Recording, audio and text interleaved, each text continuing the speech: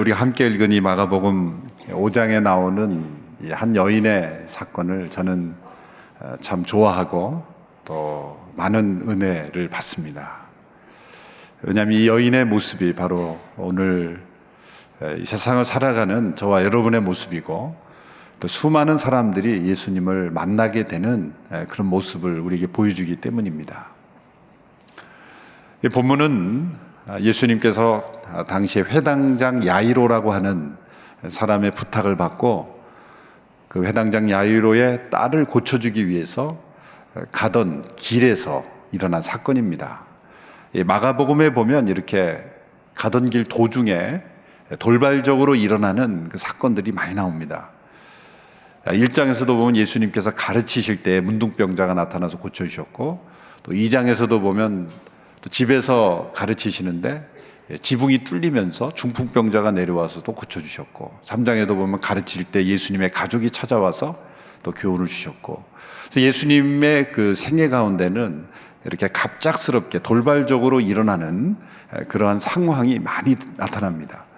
그런데 예수님께서는 그런 모든 상황을 방해로 보지 아니하셨습니다. 사고로 보지 아니하시고 그 돌발적인 상황 속에서 하나님이 계획하신, 또 그 만남을 통해서, 그 사건을 통해서 계획하신 하나님의 뜻이 이루어지도록 늘 자신을 열어놓으셨고, 또 하나님께서 역사하시도록 그렇게 자신을 내어드리셨습니다.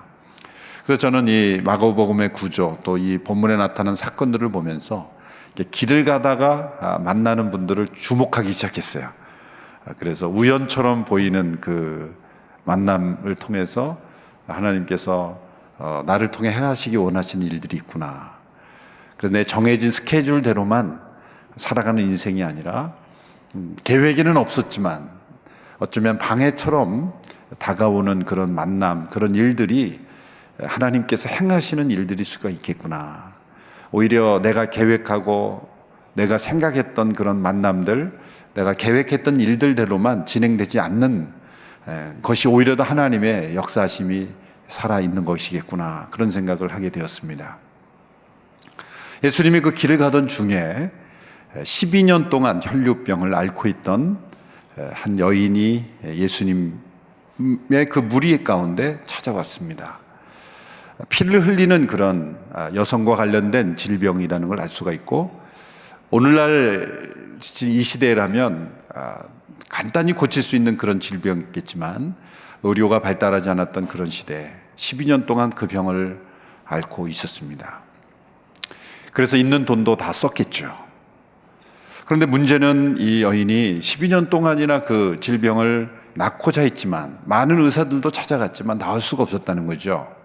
오늘 본문의 26절에 보면 오히려 더 악화되었다 이렇게 되어 있습니다. 이 여인은 여러 의사들에게 치료를 받으며 고생도 많이 하고 재산도 다 잃었지만 병이 낫기는커녕 악화될 뿐이었습니다. 어울리지 않는 문장이죠. 의사들을 찾아갔으면 병이 나아야 되는데 왜 더 악화됐을까요? 왜냐하면 그 당시 의사들은 오늘날 우리가 생각하는 의사가 아니기 때문입니다. 주술가라든지 점성술가, 그런 미신, 무당과 같은 그런 수준. 그래서 그 당시 역사가들이, 그 당시 의사라고 불리는 사람들이 처방한 약들을 보면 이렇습니다. 여우의 두개골, 개구리 간, 부엉이 뇌, 쥐 머리, 크랩의 눈, 이런 것들이 다 의약품이었으니까 오히려 더 건강을 해쳤겠죠. 그러나 이 여인의 진짜 문제는 건강이 더 악화된 것도 아니고 또 가지고 있는 돈을 다 써버린 것도 아닙니다. 진짜 문제는 이 여인이 갖고 있던 이 질병 때문에 완전히 사회로부터 소외되었던 것입니다. 그 당시 율법에 의하면 문둥병자와 같은 부류로 분류되는 질병이 바로 이 피와 관련된 질병이죠. 그래서 이 여인은 어느 누구에게도 가까이 갈 수 없었던 여인이었습니다. 심지어 가족으로부터도 버림받은 여인입니다. 이러한 여인이 이제 예수님을 따라가는 군중들 틈에 끼어듭니다. 뒤에서부터 이 여인이 예수님 앞에 가까이 나갑니다. 아무도 모르게 예수님을 뒤에서 접근한 이유가 뭘까요? 만일 이 여인이 어떤 질병을 앓고 있다는 것을 누군가 안다면 이 여인은 죽을 수도 있습니다. 그것은 마치 문둥병자가 건강한 사람에게 접근하는 것과 마찬가지인 것이죠. 문둥병자는 겉으로 드러나기에 그 질병을 앓고 있다는 것이 확연히 드러나기에 감히 사람들이 있는 곳에 나가서지를 못했죠. 그러나 여인은 숨길 수 있는 질병이었기 때문에 나섰지만 혹 누군가 한 사람이라도 여인의 정체를 안다면 여인은 심각한 생명의 위협을 받을 수 있는 그러한 문제였기 때문입니다. 여인이 왜 예수님께 가까이 왔을까요? 소문을 들었기 때문입니다. 예수님을 만난 사람들이 질병을 얻고 또 자유함을 얻고 기쁨을 얻고 무엇인가 새로운 영적인 충격을 받았다는 소문을 들었기 때문에 여인이 예수님 앞에 가까이 나온 것입니다. 그때 이 많은 사람들이 갖고 있을 때 여인이 조금씩 예수님 쪽으로 뒤에서 가까이 가고 있었습니다. 사실 여인은 예수님이 누구인지 관심 없습니다. 예수님과 어떤 인격적인 대화를 나누고 싶은 사실 그런 마음도 없습니다. 심지어 예수님이 어떻게 생기신 분인지 궁금해할 필요도 없습니다. 여인의 단 한 가지 관심은 자신의 병이 낫는 것이죠. 그런데 예수님을 뒤에서 가까이 가면서 예수님의 옷자락에 손을 댄 겁니다.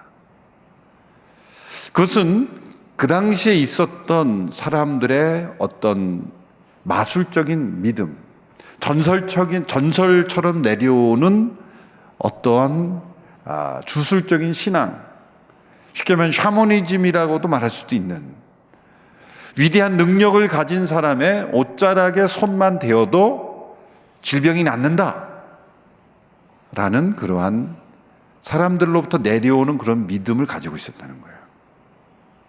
그것이 26절, 27절에 나와 있는데요. 우리 같이 한번 읽어볼까요? 마가복음 5장 27절, 28절 자막이 준비돼서 같이 읽겠습니다. 시작. 그러던 중 예수의 소문을 듣고 뒤에서 무리들 틈에 끼어들어와서 예수의 옷자락에 손을 댔습니다.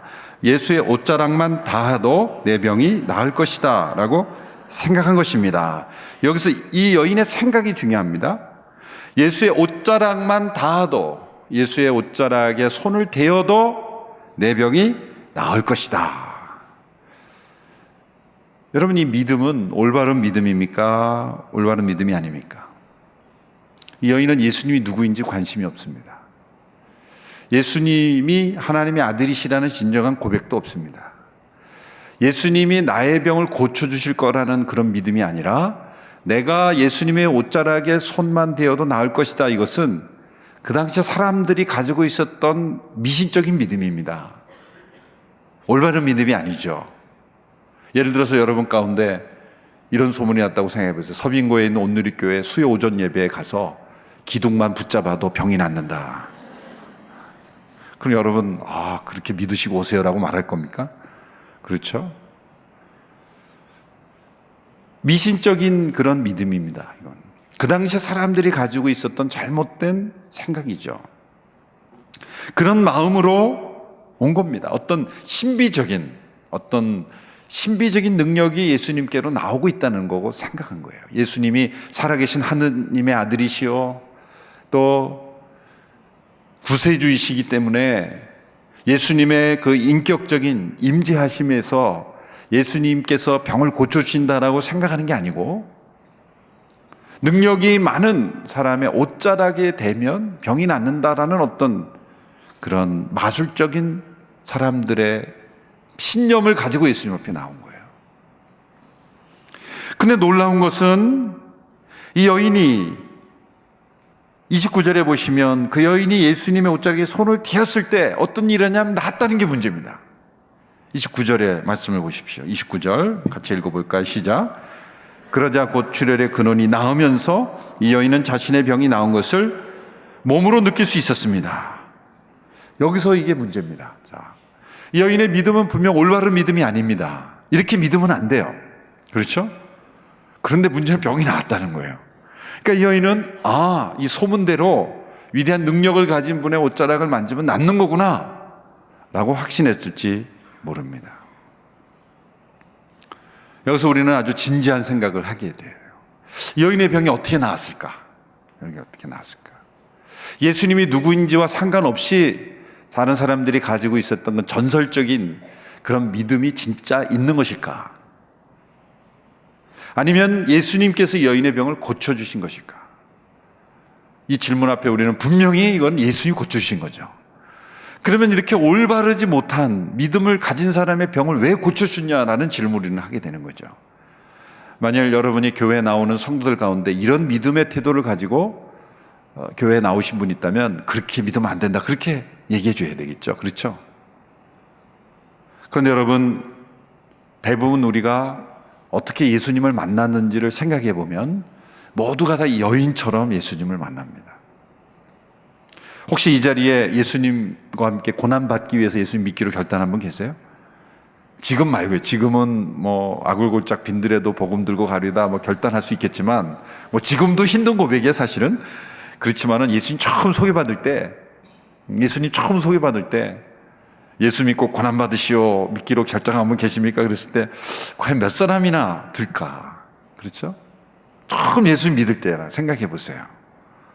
여러분이 예수님을 믿게 된 어려서부터 그 엄마 뱃속에서부터 모태신앙으로 자라서 그냥 교회 출석하는 것이 자연스러운 일이고 전혀 문화적 거부감이 없고 집이나 교회나 그냥 내 집처럼 생각돼서 예수 믿게 된 분 말고, 자라나서 의식을 가지고 내가 교회를 나가야 될 것인가 말 것인가, 예수님 믿어야 되나 믿지 말아야 될까를 생각할 때 여러분 어떻게 믿으셨는가 한번 생각해 보세요. 예수님의 생명을 바치려고 믿으신 분 계세요? 고난받기 위해서. 글쎄요, 거의 대부분은 자기에게 무엇인가 필요해서 믿지 않았을까요?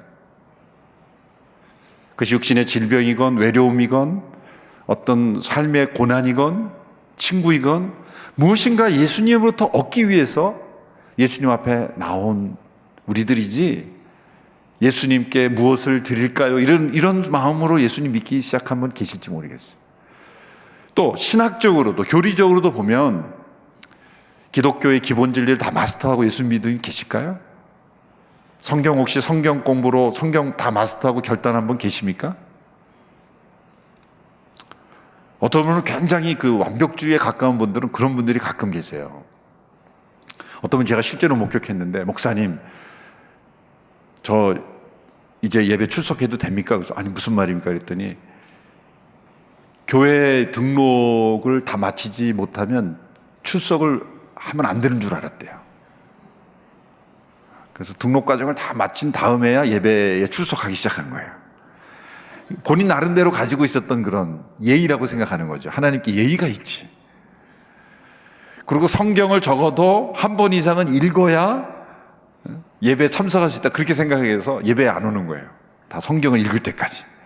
뭐 그런 완벽주의적인 성향을 가진 분들이 있긴 합니다만 되게 다 그냥 들어오시지 않으셨어요? 기독교의 기본 진리를 마스터하고 신학적으로 완벽하게 성경의 내용을 소화하고 예수님 믿는 분 계십니까? 어쩌면 신앙생활을 한다고 하면서도 예수님이 어떤 분인가 질문하면 대답하기 조금 어려워하는 그런 상태도 있었잖아요. 우리가 여인의 그의 모습을 보면서 놀라워하고, 아니 이렇게 이런 그 마술적이고 미신적인 믿음에 예수님이 역사하시면 어떻게 되는 건가 이렇게 생각했지만, 우리 모두가 다 그렇게 예수님 만났어요. 기복신앙으로, 기복적 신앙으로 계속 흐르면 문제가 되지만 우리는 대부분 다 복을 바라는 마음으로 예수님 앞에 나온 거예요.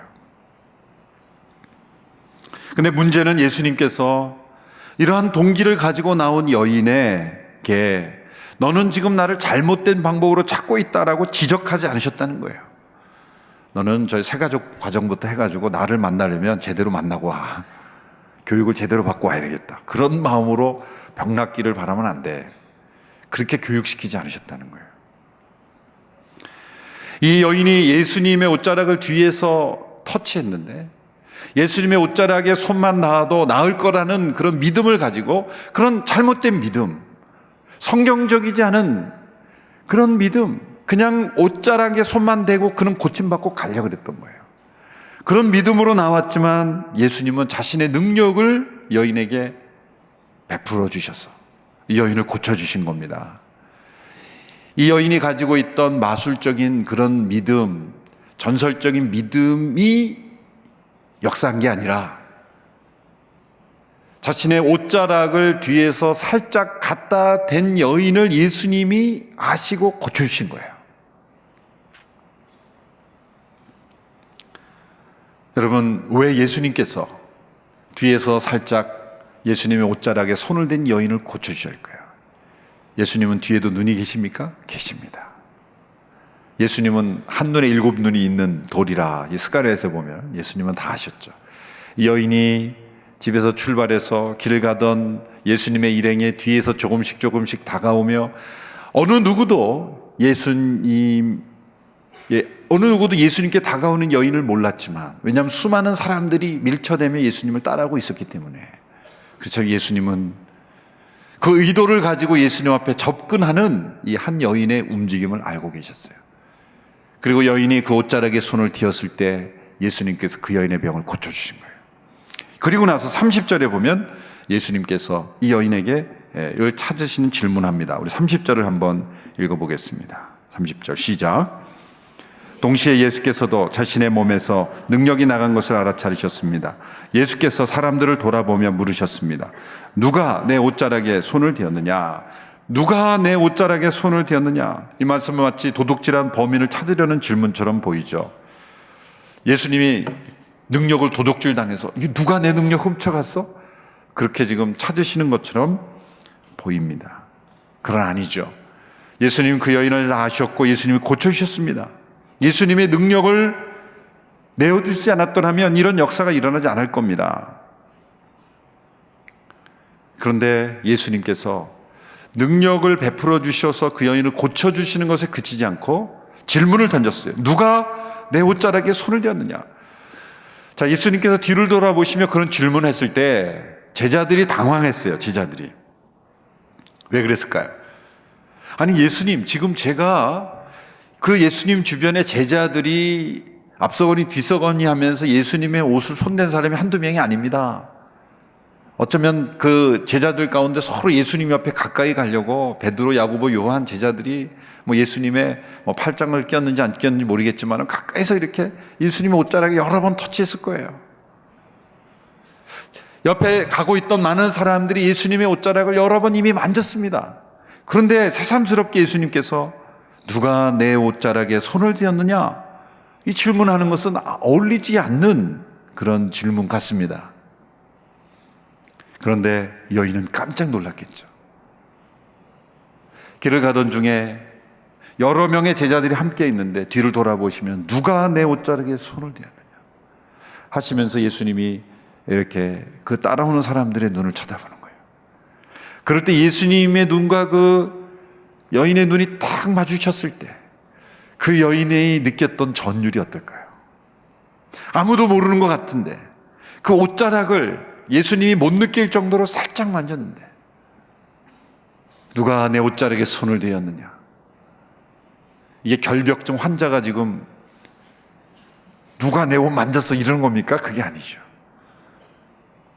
예수님은 여인에게 자신을 오픈하라. 너가 누구인지 공개하라. 여인을 초청하고 계신 거예요. 지금 그 여인을 몰라서 지금 찾고 계신 게 아닙니다. 예수님은 매우 인격적으로, 매우 의도적으로 이 여인을 초청하고 있는 것입니다. 만일 예수님께서 누가 내 옷자락에 손을 대었느냐라고 질문하시고 그 여인을 찾아내지 않으셨다면 이 여인은 어떻게 살았을까요? 그 여인이 처음에 예수님 앞에 뒤에서 예수님 옷자락에 손을 대었던 그 마술적인 믿음, 그 전설적인 믿음 있죠. 잘못된 성경적이지 않은 예수님이 누구이신지를 알고 믿는 믿음이 아니라 그저 자기의 병만 고침받고 떠나는 그런 믿음으로 살아갔을 거예요. 예수님은 그것을 원치 않으신 거예요. 그 여인의 그 안타까운 질병을 고쳐주실 뿐만 아니라 예수님이 누구인지를 가르쳐주고 싶었던 거예요.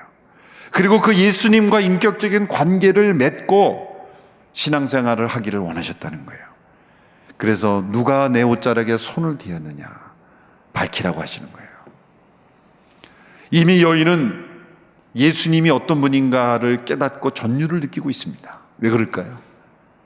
아무도 모르는 것 같고 예수님도 모르는 것 같았는데 누가 내 몸에 손을 대었느냐는 그 말씀 앞에 이분은 하나님이시구나, 모든 것을 아시는 분이시구나, 그리고 내가 뒤에서 가까이 온 것도 아시고 내 질병이 나은 것도 내가 가졌던 전설적인 믿음에 따라 된 것이 아니라 예수님께서 나를 고쳐주신 거구나 라는 것을 깨닫게 된 것입니다. 예수님은 먼저 이 여인에게 은혜를 베풀어 주셨어요. 묻지 않고 은혜를 베푸셔 준 거예요. 그리고 나서 은혜에 합당한 인격적인 관계를 요구하시는 거예요. 은혜에 합당한 열매, 은혜에 합당한 반응을 요구하고 계시는 것입니다. 얼마나 많은 사람들이 은혜로 하나님 앞에 나왔을 때 기적을 체험하고 또 하나님의 은혜를 체험하고도 예수님 앞에 나와서 예수님이 바로 하나님이십니다. 바로 하나님이 나의 문제를 해결해 주셨습니다. 그 신앙 고백으로 나가지 않았기 때문에 여전히 미신적인 믿음에 머무르는 경우가 얼마나 많습니까? 우리 모두는 다 예수님 앞에 나올 때 뒤에서 예수님의 옷자락에 손만 대서 그저 내 문제, 내 아픔, 내 질병, 내 상황만 해결되기를 원하는 믿음으로 그저 예수님을 이용하는 믿음으로 예수님 앞에 나왔습니다. 예수님은 기꺼이 이용당해 주십니다. 그래, 너희들의 그 문제가 있느냐? 내가 해결해 주겠다. 두 부류의 사람들이 있습니다. 예수님을 처음 믿기로 결단한 분들 중에 두 부류의 사람들이 있는데 한 부류는 제가 결심을 하고 교회 나와서 예수 믿기 시작했더니 사업이 잘 되기 시작했어요. 정말 내 기도가 응답되기 시작했어요. 이런 분들이 있고요. 또 한 부류는 이상하게도 예수 믿기로 결단한 데부터 사업이 망하기 시작하는 거예요. 건강에 어려움이 시작하는 거예요. 이 두 부류의 사람들이 있어요. 예수님은 두 부류 모두 다 하나님께서 이 역사하시는 거예요. 한 부류는 이 여인처럼 문제를 해결해 주심으로 만나 주시는 것이고 또 한 부류는 문제를 더 복잡하게 하심으로 만나 주시는 거예요. 언제나 이렇게 만나 주시는 건 아니에요. 언제나 이런 마술적인 믿음, 미신적인 믿음을 가지고 나왔을 때 교회 나오면 인생의 문이 열릴까 했는데 진짜 열리네 그래서 믿게 된 분도 있어요. 근데 정반대로 문이 닫혀서 믿게 된 분도 있어요. 그러니까 이런 케이스를 일반화시킬 수는 없어요. 그렇지만 하나님의 마음에 우리 인생의 문제 가운데 있는 영혼들에게 이렇게 은혜를 먼저 베풀어 주시고 그 은혜 가운데 이제 나와서 거기에 머무르는 것이 아니라 문제가 해결되는 것에 그치는 것이 아니라 그 문제를 해결해 주신 그 주님을 인격적으로 알고 만나고 동행하는 믿음에 이르기를 하나님은 원하시는 거예요. 그래서 질문하시는 겁니다. 누가 내 몸에 손을 대었느냐? 그런데 이 여인이 32절에 보면 그러나 예수님께 누가 무엇을 만지는지 알아보려고 둘러보시려고 했을 때 33절에 보면 여인이 두려워하며 떨며 떨었다 그랬어요. 그리고 모든 사실을 고백했다. 예수님의 그 눈이 마주치는 순간 고백하지 않을 수가 없다. 근데 왜 여인이 왜 두려워 떨었을까요? 제가 만졌습니다. 제가 고맙습니다. 그렇게 하면 될 걸 왜 두려워 떨었을까요? 제가 예수님 살짝 만졌습니다. 네, 실례했습니다. 죄송합니다. 기분 나빴다면 용서하시기 바랍니다. 뭐 그렇게 하면 될 거를 왜 두려워 떨까요? 자, 처음에 이 말씀을 시작할 때 여인이 가졌던 질병이 어떤 문제라 그랬습니까? 단지 육체적 질병이 아니라 사회적으로 소외당하는 질병이요. 이 여인과 접촉하는 사람은 모두가 다 동일하게 부정한 자가 되는 거예요. 문둥병자를 접촉하는 사람은 동일하게 부정한 자가 되듯이 이 여인은 다른 사람과 가까이 할 수가 없고 다른 사람을 터치할 수도 없고 또 다른 사람의 터치를 받을 수도 없어요. 그러므로 여인이 두려워하며 뒤에서 접근했던 거죠. 자, 그러므로 이 여인이 예수님의 옷자락에 손을 댐으로써 예수님은 어떤 사람이 된 거예요? 부정한 자가 된 것입니다. 그 순간 부정한 자가 된 것입니다. 그래서 여인이 두려워했던 거예요. 두려워 떨었던 것입니다. 그런데 예수님은 어떻게 했습니까? 자신을 부정한 자로 만든 그 여인을 정죄하지 않았어요. 수고하고 무거운 짐진 자들아 다 내게로 오라. 너희의 그 부정함을 나에게 가져오라. 예수님이 세상에 오신 목적이 우리의 부정함을, 우리의 죄와 허물을 대신 담당하시기 위해서 이 세상에 오셨기에 예수님은 자신을 부정한 자로 만든 것에 놀라지 않았습니다. 왜 나를 부정한 자로 만들었느냐 따지지 않았습니다. 그래, 사랑하는 딸아, 나를 만짐으로, 나를 터치함으로 나를 부정한 자로 만들었느냐? 잘했다. 이 여인이 예수님을 터치함으로 예수님께 이 여인의 부정함이 갔죠. 그러나 그것만 일어난 것이 아니에요. 이 예수님의 능력만 간 것이 아니라 예수님의 의로움이, 예수님의 정결함이, 예수님의 거룩함이 그 여인에게 전가된 거예요. 그 여인의 터치를 통해서 위대한 교환이 일어난 거예요. 위대한 익스체인지가 일어난 것이죠. 예수님은 여인이 자신을 기꺼이 부정한 자로 만드는 것을 내버려 두셨습니다.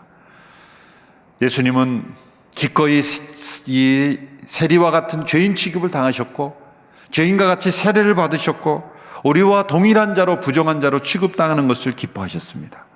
왜냐하면 죄의 짐을 담당하시기 위하여 세상에 오신 분이기 때문입니다. 그리고 여인에게 이렇게 말씀하십니다.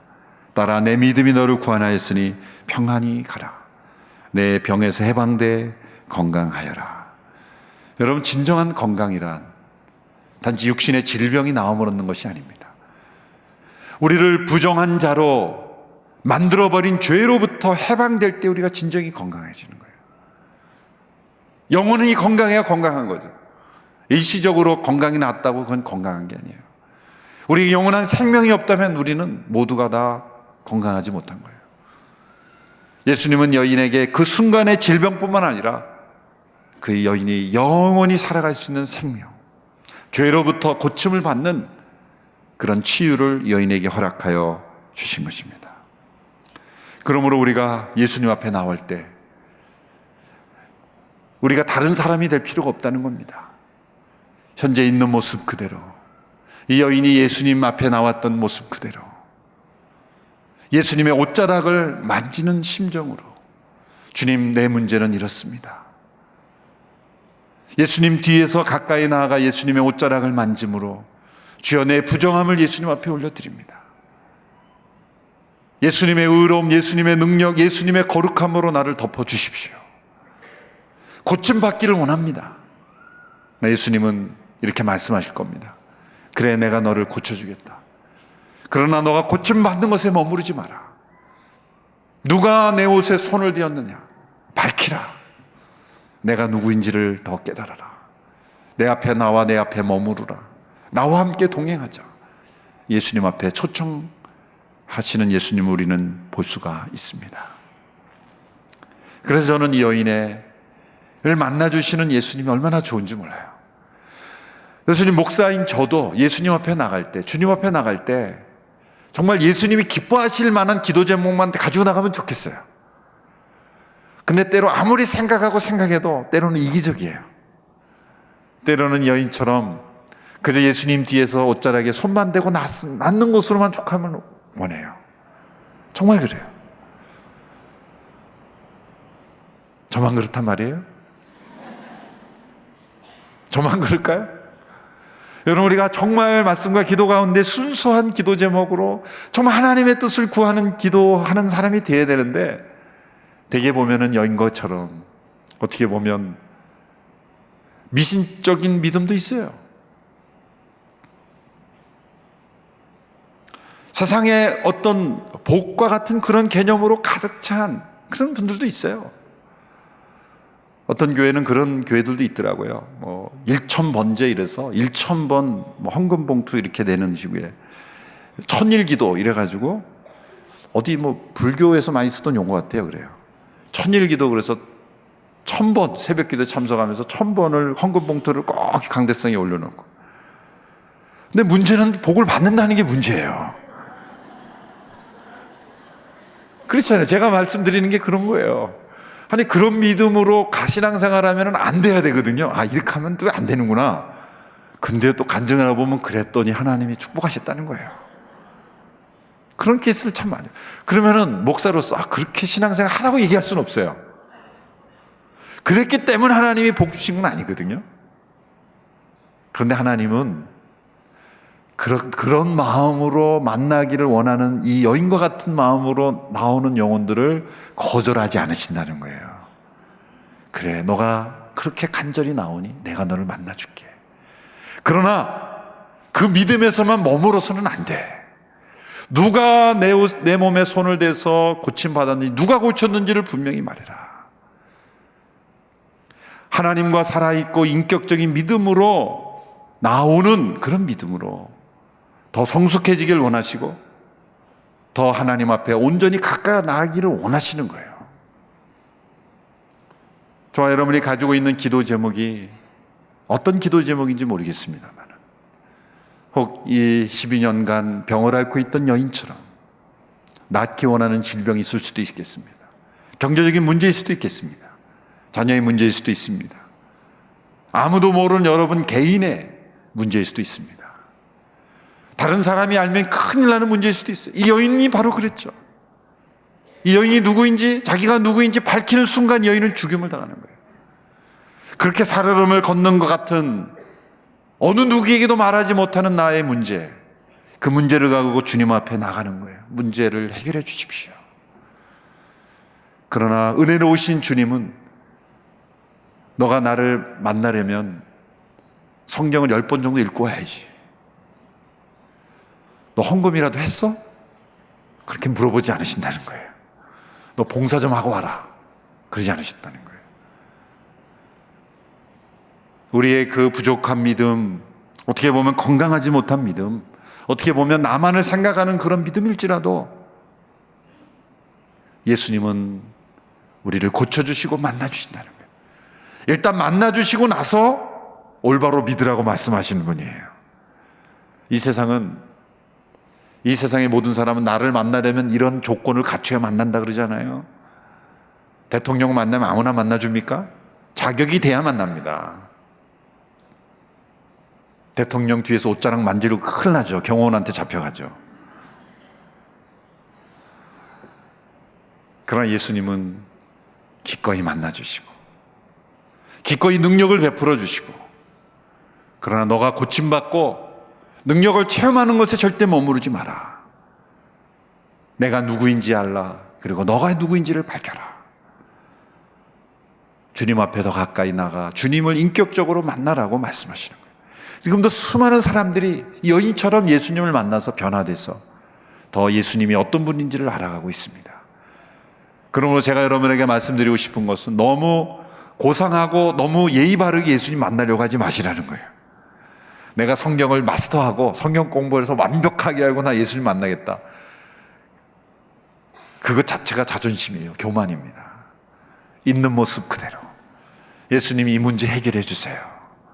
주님의 옷자락을 만지는 그 마음으로 주님 앞에 간절히 나와 보십시오. 그러면 주님께서 여러분 가운데 임재하실 겁니다. 능력을 베풀어 주실 겁니다. 믿는 분이 11분밖에 안 계시네요. 한번 예수님 가까이 가서 옷자락을 만져보세요. 옷자락을 붙잡아 보세요. 그런 믿음으로 나가서 주님 앞에 나갈 때 2013년도, 24년도 한 해 가운데 주님의 능력도 체험하고 주님을 대면하여 만나는 인격적인 어떤 주님과의 사귐도 깊어지게 될 줄로 믿습니다. 주님의 능력이 여러분의 삶 가운데 임재하기를 축원하고 주님의 살아계신 임재하심이 여러분의 삶 가운데 임재하시기를 축원합니다.